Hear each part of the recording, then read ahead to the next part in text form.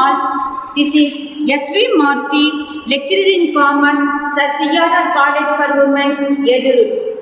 ఈ రోజు మనం కాంట్రాక్ట్ కాస్టింగ్ లో మోడల్ 3 గురించి తెలుసుకుందాం.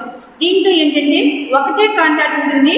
అయితే ఈ కాంట్రాక్ట్ అనేది అన్కంప్లీటెడ్ కాంట్రాక్ట్, అంటే కంప్లీట్ కానటువంటి కాంట్రాక్ట్, మోర్ దాన్ 1 year, ఎక్కువ సంవత్సరాల కింద కంటిన్యూ అవుతుంటే అటువంటి దాన్ని మనం మోడల్ 3 కింద తీసుకుంటాం. దీనిలో ఏంటంటే కాంట్రాక్ట్ అకౌంట్ తీసుకుంటాం. ఫస్ట్ ఇయర్ కాంట్రాక్ట్ కంప్లీట్ అవ్వదు, దాంట్లో నాస్టల్ ప్రాఫిట్ అనేది దాంట్లో మనకి వర్క్ సర్టిఫైడ్, వర్క్ అన్సర్టిఫైడ్ రెండు ఉంటాయి. దీనిలో మనకి వర్క్ ఇన్ ప్రోగ్రెస్ కూడా ఉంటుంది.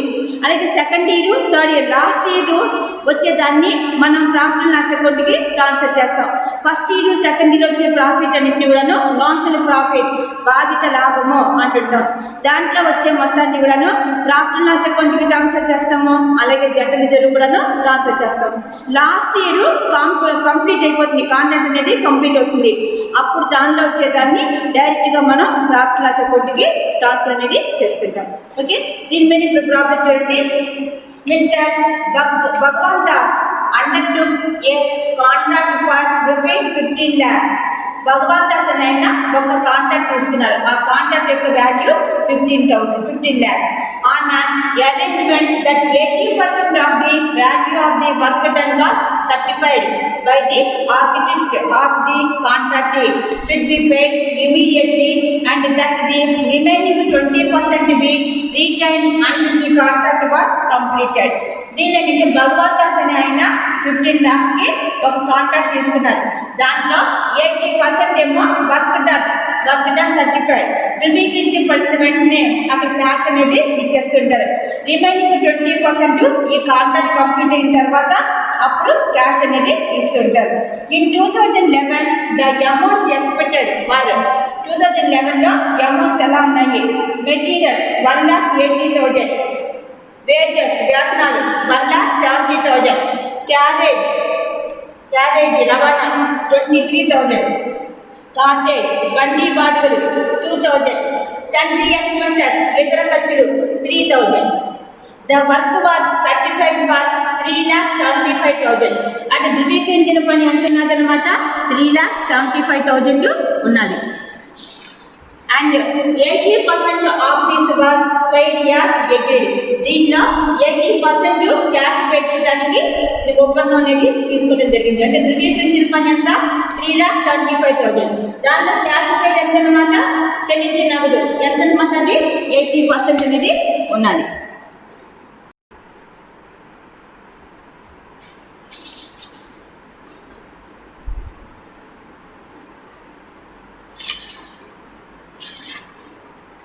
Next one, in 2012 the amounts expended were, and 2012లో ఎక్స్పెన్సెస్ ఈ విధంగా ఉన్నాయి. మెటీరియల్స్ 2,20,000, మెటీరియల్స్ అనేవి 2,20,000, వేజెస్ వేతనాలు 2,30,000, క్యారేజ్ రవాణా 23,000, కార్టేజ్ బండి బాడుగలు ఎంతవి 2,000, సన్రీ ఎక్స్పెన్సెస్ ఇతర ఖర్చులు 4,000. 3/4 of the contract was certified. దీనిలో 3/4 వంతేమో ధృవీకరించడం అనేది జరిగింది. As done by 31st December certified చెప్పింది. And 80% of this was received. And దీనిలో 80% ఏమో క్యాష్ కింద పే చేసాం. The value of the work uncertified was ascertained at ₹20,000. Uncertified work ధృవీకరించిన పని అంటున్నది 20,000 అనేది ఉన్నది. In 2013 the amounts expended were, 2013లో ఎక్స్పెన్సెస్ ఈ విధంగా ఉన్నాయి. మెటీరియల్స్ ₹1,26,000, మెటీరియల్స్ ఎన్ని ఉన్నాయి? 1,26,000. వేజెస్ వేతనాలు 1,70,000, ఎంతది మన వేతనాలు? 1,70,000. కారేజ్ రవాణా 6,000, సన్రీ ఎక్స్పెన్సెస్ ఇతర ఖర్చులు 3,000. And on 30th June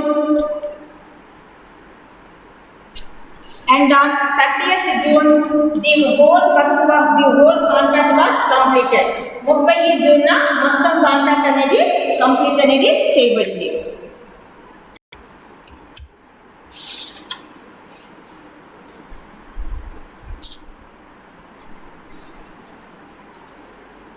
Next one, prepare contract account, contractees account and balance sheet.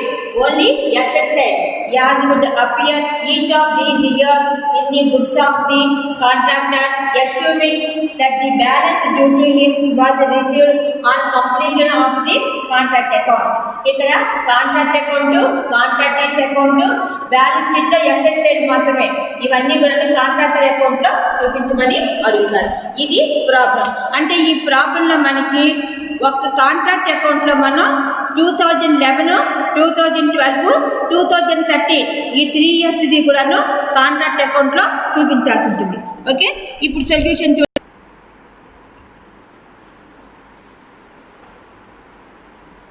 చూడండి. First the contract account. Contract account ఇక్కడ కూడా మనం డెబిట్ క్రెడిట్ అనుకుంటాం. డెబిట్ 3 కాలమ్స్ ఉంటాయి, క్రెడిట్ 3 కాలమ్స్ ఉంటాయి.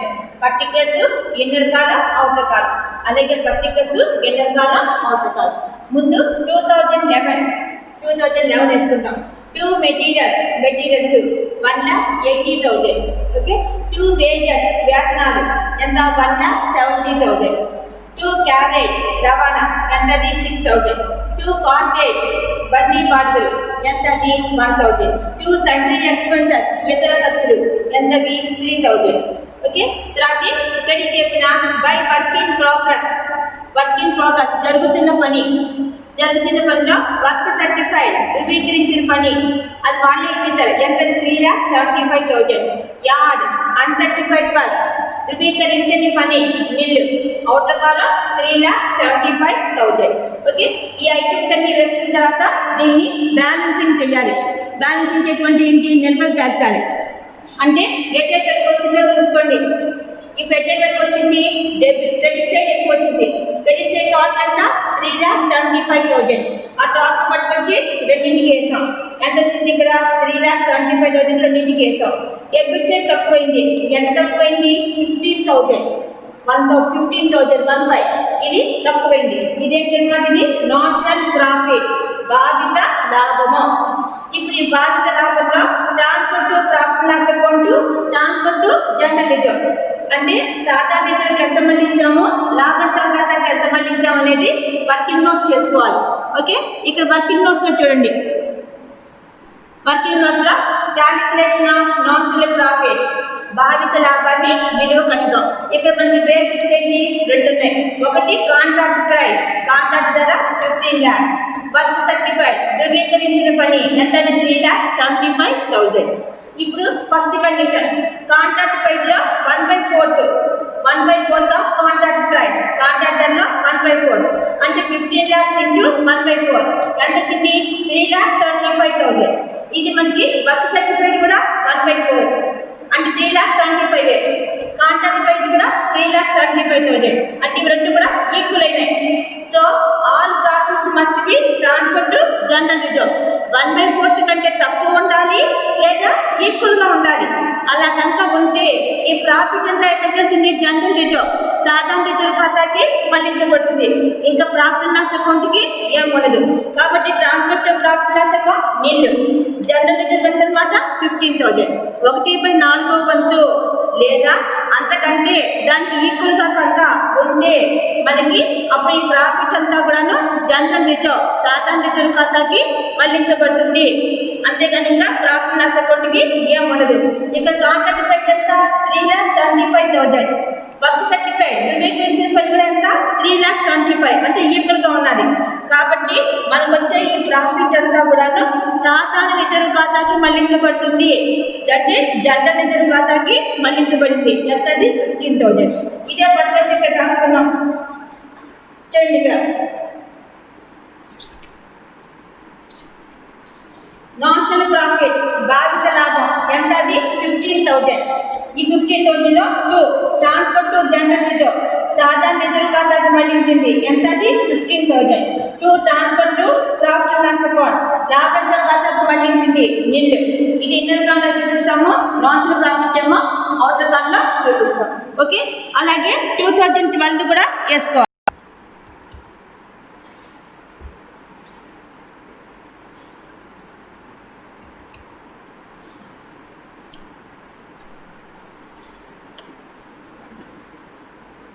మీకు 2012 చూడండి.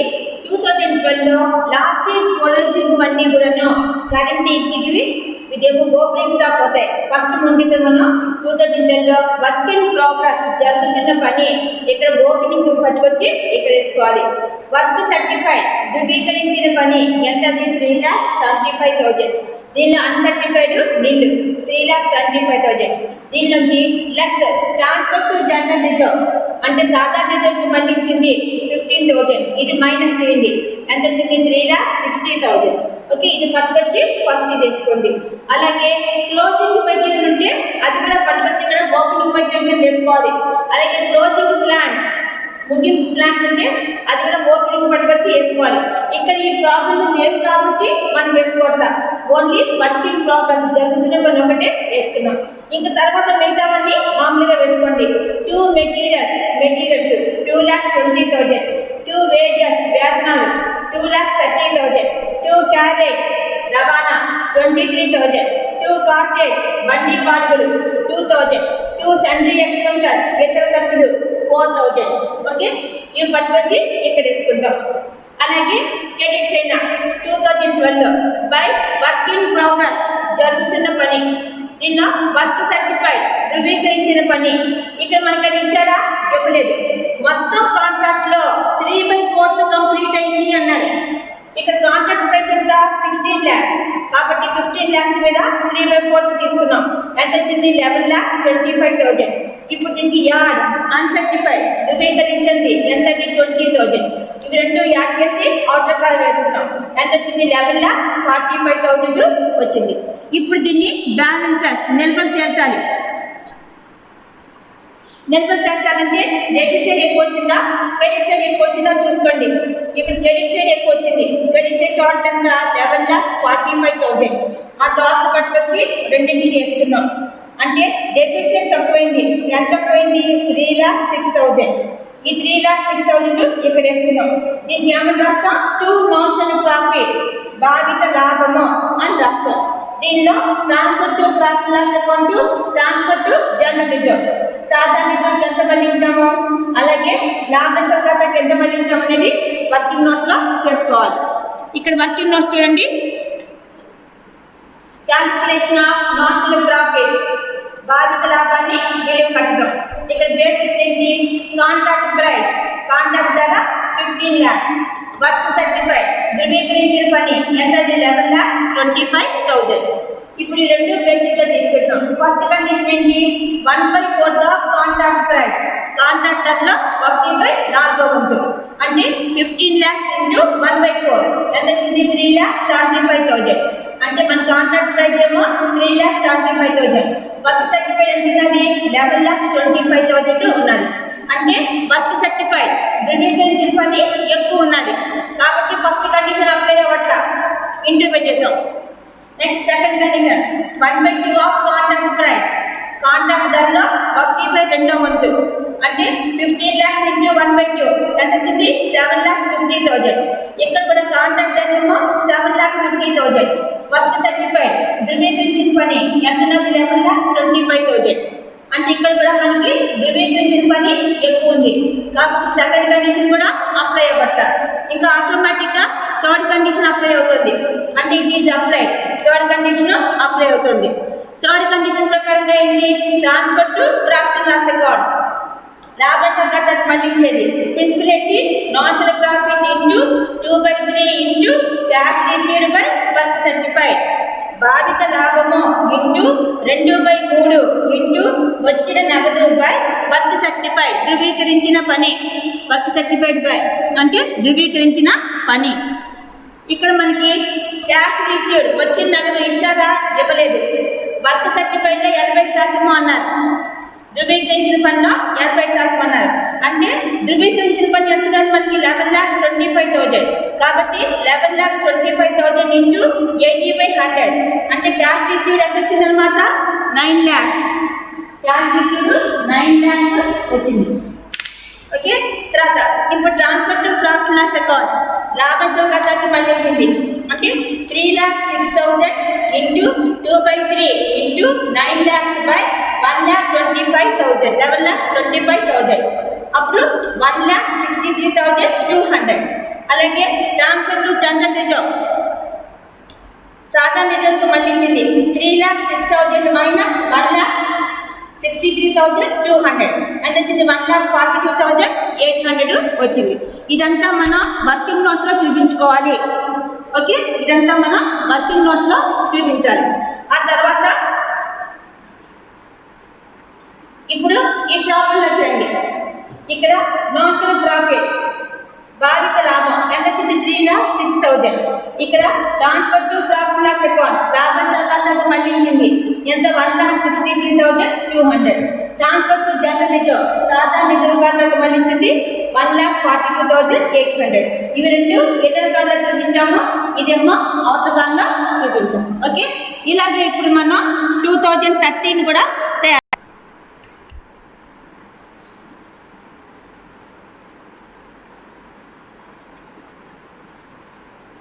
తర్వాత 2013 వర్క్ ఇన్ ప్రోగ్రెస్ అంటే లాస్ట్ ఇయర్ క్లోజింగ్ మనీ కూడా ఇప్పుడు ఇక్కడ ఓపెనింగ్ అనేది తీసుకొస్తుంది. వర్క్ ఇన్ ప్రోగ్రెస్ జరుగుతున్న పని, దీంట్లో వర్క్ సర్టిఫైడ్ ధృవీకరించిన పని 11,25,000. యార్డ్ అన్సర్టిఫైడ్ ధృవీకరించని పని 20,000. ఇవి రెండు యాడ్ చేయండి 11,45,000 plus transfer to general reserve సాధారణ రిజర్వ్కు మళ్ళించింది 1,42,800. ఇవి మైనస్ చేసి అవుటర్ కాలం అయింది 10,02,200. తర్వాత మిగతావన్నీ మామూలుగా వేసుకుంటాం. 2 మెటీరియల్స్ 1,26,000. 2 వేజెస్ వేతనాలు 1,70,000. 2 క్యారేజ్ రవాణా 6,000. 2 సండ్రీ ఎక్స్పెన్సెస్ ఇతర ఖర్చులు 3,000. ఓకే, ఇప్పుడు ఇక్కడ ఈ 2013లో కాంట్రాక్ట్ కంప్లీట్ అయిపోయింది కాబట్టి ఇక్కడ వర్క్ ఇన్ ప్రోగ్రెస్ రాదు. ఇక్కడ ఏమన్నా రాసుకుంటాం బై కాంట్రాక్టీ అకౌంట్, కాంట్రాక్టీ ఖాతా మొత్తం కాంట్రాక్ట్ పే చేసుకోవాలి. ఎంతది 15 lakhs. ఆ 15 lakhs ఇక్కడ వేసుకుంటాం. ఇప్పుడు ఇక్కడ కూడా మళ్ళీ మనం బ్యాలెన్స్ నిల్వలు తెచ్చుకుంటాం. కాంట్రాక్టీ అకౌంట్ అని చెప్పేసి కాంట్రాక్టీ అకౌంట్ వేసుకున్న తర్వాత బ్యాలెన్సెస్ నిల్వలు తెచ్చండి. ఎటైపు ఎక్కువ వచ్చింది క్రెడిట్ సైడ్ ఎక్కువ వచ్చింది కాబట్టి టోటల్ పట్టుకొచ్చి రెండింటికి వేసుకున్నాం 15 lakhs. ఇప్పుడు డెబిట్ సైడ్ తక్కువైంది. ఎంత తక్కువైంది 1,92,800. ఓకే, ఆ డెబిట్ సైడ్ తక్కువైంది పట్టుకొచ్చి ఇక్కడ వేసుకున్నాం. ఇది కాంట్రాక్ట్ కంప్లీట్ అయిపోయింది కాబట్టి దీన్ని ఏమనాలి నెట్ ప్రాఫిట్ నికర లాభము. ఓకే, నోషనల్ ప్రాఫిట్ అనకూడదు, నెట్ ప్రాఫిట్ నికర లాభము. దీన్ని ఎక్కడ ట్రాన్స్ఫర్ చేస్తాం transfer to profit loss account లాభాల ఖాతాకి మళ్ళించుకోవాల్సి ఉంటుంది. ఇది నోషనల్ ప్రాఫిట్ కాదు, భావిత లాభము. మిగిలిపోతే కనుక కాంట్రాక్ట్ కంప్లీట్ కాకపోతే అది నోషనల్ ప్రాఫిట్, కాంట్రాక్ట్ కంప్లీట్ అయిపోతే అది నెట్ ప్రాఫిట్ నికర లాభంకి మళ్ళీ అందుకుంటాం. దాన్ని transfer to profit loss account లాభాల ఖాతాకి మళ్ళించాల్సి ఉంటుంది. ఓకే, ఇది కాంట్రాక్ట్ అకౌంట్. తర్వాత కాంట్రాక్టీ అకౌంట్ తయారు చేస్తాం.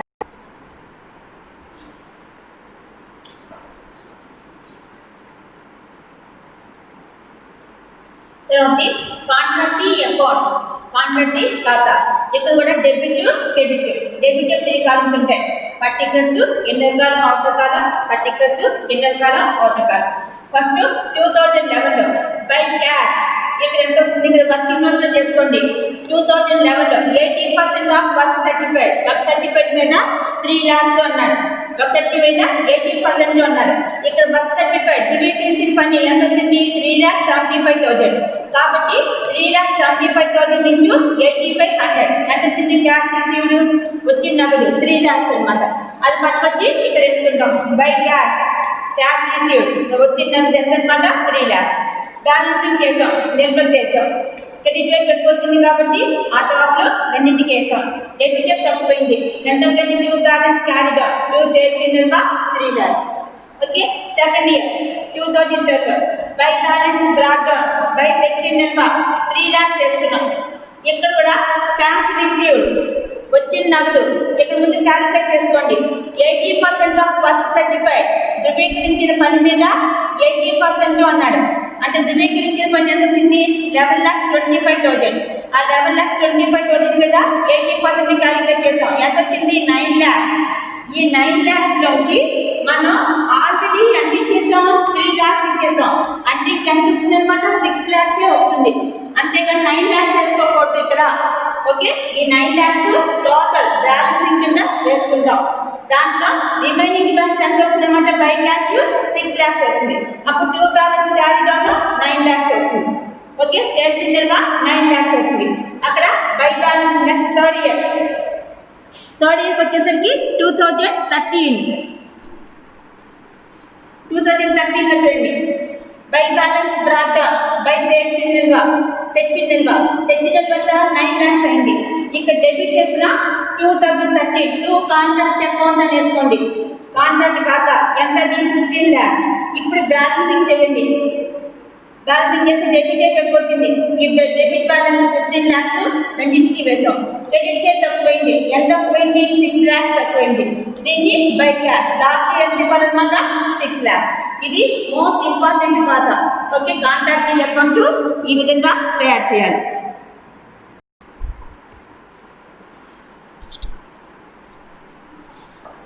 తర్వాత బ్యాలెన్స్ షీట్ వేయమన్నారు. బ్యాలెన్స్ షీట్ వేసే ముందు వర్క్ ఇన్ ప్రోగ్రెస్ జరుగుతున్న పనిని చూపు నివేదిక ఇది స్టేట్మెంట్ వేసుకోవాలి. ఇక్కడ ఇది అకౌంట్ కాదు, statement sowing the work in progress జరుగుతున్న పనిని చూపు నివేదిక. ఇక్కడ 3 కాలమ్స్ ఉంటాయి, పర్టికులర్స్, ఇన్నర్ కాలం, అవుటర్ కాలం. ఓకే, ముందు 2011లో వర్క్ సర్టిఫైడ్ ధృవీకరించిన పని 3,75,000.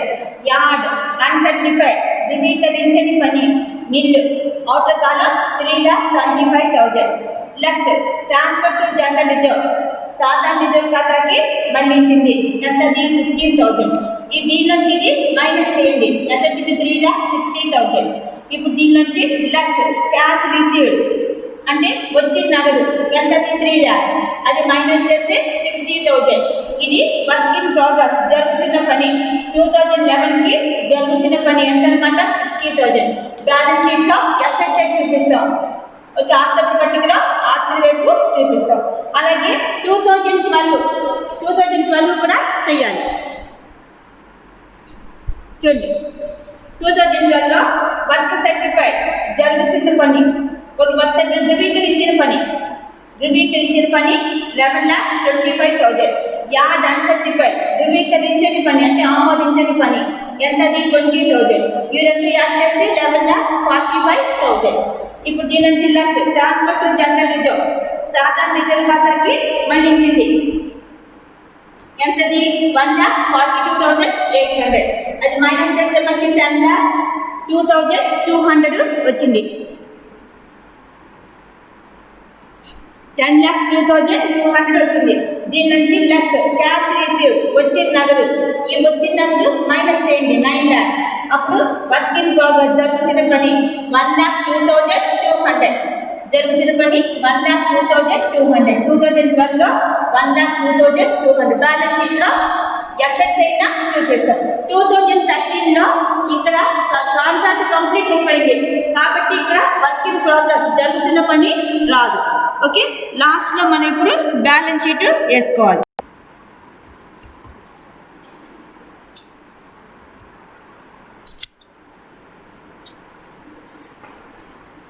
లాస్ట్లో బ్యాలెన్స్ షీట్ చేసుకోవాలి. Balance sheet liabilities assets. Liabilities ఎప్పుడు 2 కాలమ్స్ ఉంటాయి. అంటే లైబిలిటీస్ ఇన్నర్ కాలం, అవుటర్ కాలం. అలాగే ఎసెట్స్ ఎప్పుడు 3 కాలమ్స్ ఉంటాయి. ఎసెట్స్, ఇన్నర్ కాలం, అవుటర్ కాలం. ఓకే, 2011లో ముందు ఎసెట్స్ ఏంటంటే వర్క్ ఇన్ ప్రోగ్రెస్ జరుగుతున్న పని. మనం ఇందాక అకౌంట్ వేసుకున్నాం కదా, ఆ అకౌంట్లో బ్యాలెన్సింగ్ పట్టుకొచ్చి ఇక్కడ వేసుకోండి 60,000. అలాగే 2011లో ప్రాఫిట్ లాస్ అకౌంట్కి ట్రాన్స్ఫర్ చేసింది ఏం లేదు కాబట్టి నిల్లు. ఇంక ఇదేం ట్యాలీ చేయకూడదు, ఇలా లైన్ కొట్టేసి వదిలేసేయండి. తర్వాత 2012లో వర్క్ ఇన్ ప్రోగ్రెస్ జరుగుతున్న పని ఎంత వచ్చింది మనకి ఇందాక అకౌంట్ వేసుకున్నాం. ఆ అకౌంట్లో వచ్చింది 1,02,200. అది పట్టుకొచ్చి ఇక్కడ వేసుకున్నాం. తర్వాత కాంట్రాక్ట్ అకౌంట్లో మనం వేసాం transfer to profit loss account అని, అంటే లాభనష్టాల ఖాతాకు మళ్ళించింది అని. అది పట్టుకొచ్చి ఇక్కడ వేసుకోండి. 2012లో ప్రాఫిట్ లాస్ అకౌంట్ 1,63,200. ఇది కూడా మనం టాలీ చేయకూడదు, ఎందుకంటే మిగతా ఐటమ్స్ ఉంటాయి కాబట్టి ఇక్కడ టాలీ చేయకూడదు. ఇక్కడ లైన్ కొట్టేసి వదిలేసేది. 2013లో కాంట్రాక్ట్ కంప్లీట్ అయింది కాబట్టి ఇక్కడ మనం వేయాల్సిన అవసరం లేదు. ఇక్కడ వర్క్ ఇన్ ప్రోగ్రెస్ ఏం లేదు కాబట్టి మనం వేయాల్సిన అవసరం లేదు. ఓకే, ఇది బ్యాలెన్స్ షీట్. ఓకే, ఈ విధంగా మనం దీన్ని తయారు చేస్తాం. అంటే ముందు కాంట్రాక్ట్ అకౌంట్ చేసుకుంటాం.